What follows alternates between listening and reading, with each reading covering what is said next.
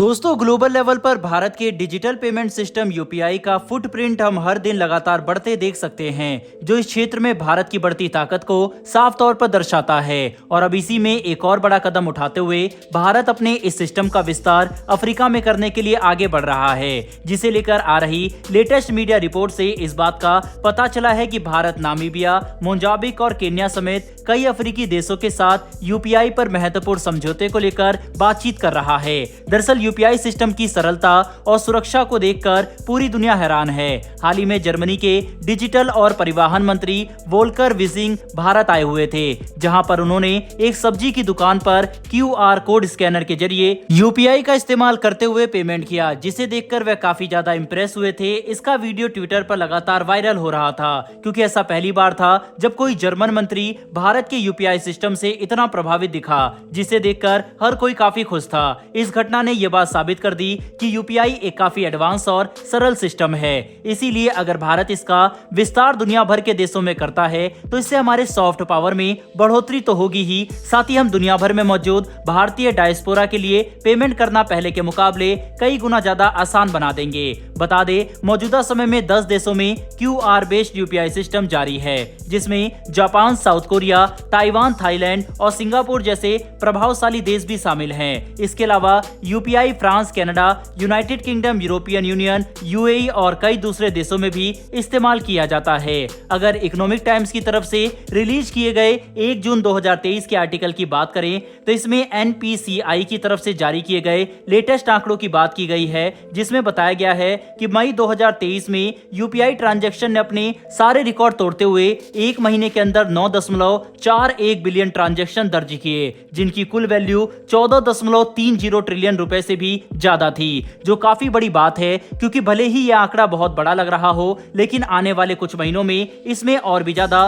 बढ़ोतरी होगी, क्योंकि यूपीआई जब से शुरू हुआ है तब से हर महीने ये एक नया रिकॉर्ड जारी कर रहा है। और जिस तरह से दुनिया डिजिटल पेमेंट को अपनाने की तरफ आगे बढ़ रही है, उसे देखकर हर कोई ये बात स्वीकार कर रहा है कि ये मार्केट बहुत ही तेज गति से विकास करने वाला है, जिसमें भारत सबसे ताकतवर होगा। हाल ही में भारत के एक बड़े अधिकारी ने हमारी रणनीति पर बात करते हुए ये बात कही थी कि यूपीआई सिस्टम के वैश्विक स्तर पर विस्तार के लिए भारत 2 रणनीति का इस्तेमाल कर रहा है। पहला कि हम जिन देशों के साथ अच्छे संबंध रखते हैं उनके साथ अपने डिजिटल पेमेंट प्लेटफॉर्म को लिंक करें और नए समझौते साइन करें, ताकि इन देशों में यूपीआई शुरू हो सके। और दूसरा कि जहां पर भारतीय लोग प्रोफेशनल तौर पर काम करने के लिए जाते हैं और रेमिटेंस के तौर पर हर साल करोड़ों डॉलर भेजते हैं, उन देशों में यूपीआई की शुरुआत बड़े स्तर पर की जाए, ताकि वहां पर लोगों के लिए पेमेंट भेजना और रिसीव करना आसान हो सके। और ये रणनीति हमें पिछले कुछ सालों से काफी सफल होती हुई दिखाई दे रही है, जो भारत के लिए काफी अच्छी बात है। और इसी के तहत भारत अब अपने यूपीआई को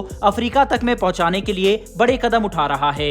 बहरहाल दोस्तों, बढ़ते हमारी दूसरी खबर की तरफ। ये खबर राफेल फाइटर विमानों को लेकर आ रही है, जिन्हें खरीदने के लिए अब भारत आधिकारिक प्रक्रिया को शुरू करने वाला है। बता दें कि इसी दौरान पिछले हफ्ते एक काफी महत्वपूर्ण मीटिंग भी हुई, जिसके बारे में हम आगे बात करेंगे। तो पहले इस एक्शन को समझ लेते हैं जो अब भारत उठा रहा है। दरअसल दोस्तों, लेटेस्ट रिपोर्ट के मुताबिक अब भारत सरकार फ्रांस की सरकार को लेटर ऑफ रिक्वेस्ट जारी करने की प्रक्रिया शुरू कर चुकी है, जिसके तहत 26 राफेल मरीन विमानों के लिए भारत आधिकारिक तौर पर फ्रांस की सरकार के साथ एक गवर्नमेंट टू गवर्नमेंट डील के लिए अपना इंटरेस्ट जाहिर करेगा।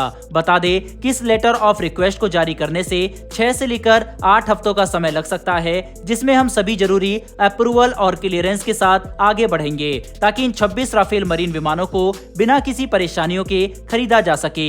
ये डील 5.5 बिलियन डॉलर से भी ज्यादा की कीमत पर होने वाली है, इसीलिए इसका महत्व काफी ज्यादा है, जिसे ध्यान में रखते हुए पहली बार भारत और फ्रांस की तरफ से एक डेलीगेशन ने आपस में मुलाकात की, जिसमें फ्रांस की तरफ से उनके डिफेंस मिनिस्ट्री के अधिकारी भी शामिल हुए थे, जिन्होंने भारतीय काउंटर पार्ट के साथ मीटिंग की। जबकि भारतीय टीम से हमारे नौसेना के जवान भी थे, जो कि इन विमानों को आखिर में इस्तेमाल करेंगे। इसीलिए इस मीटिंग को काफी महत्वपूर्ण माना जा रहा है, क्योंकि इसमें काफी बड़ी डिस्कशन की गई, जो आगे जाकर आईएनएस विक्रांत पर राफेल को उड़ाने में काफी महत्वपूर्ण साबित होगी।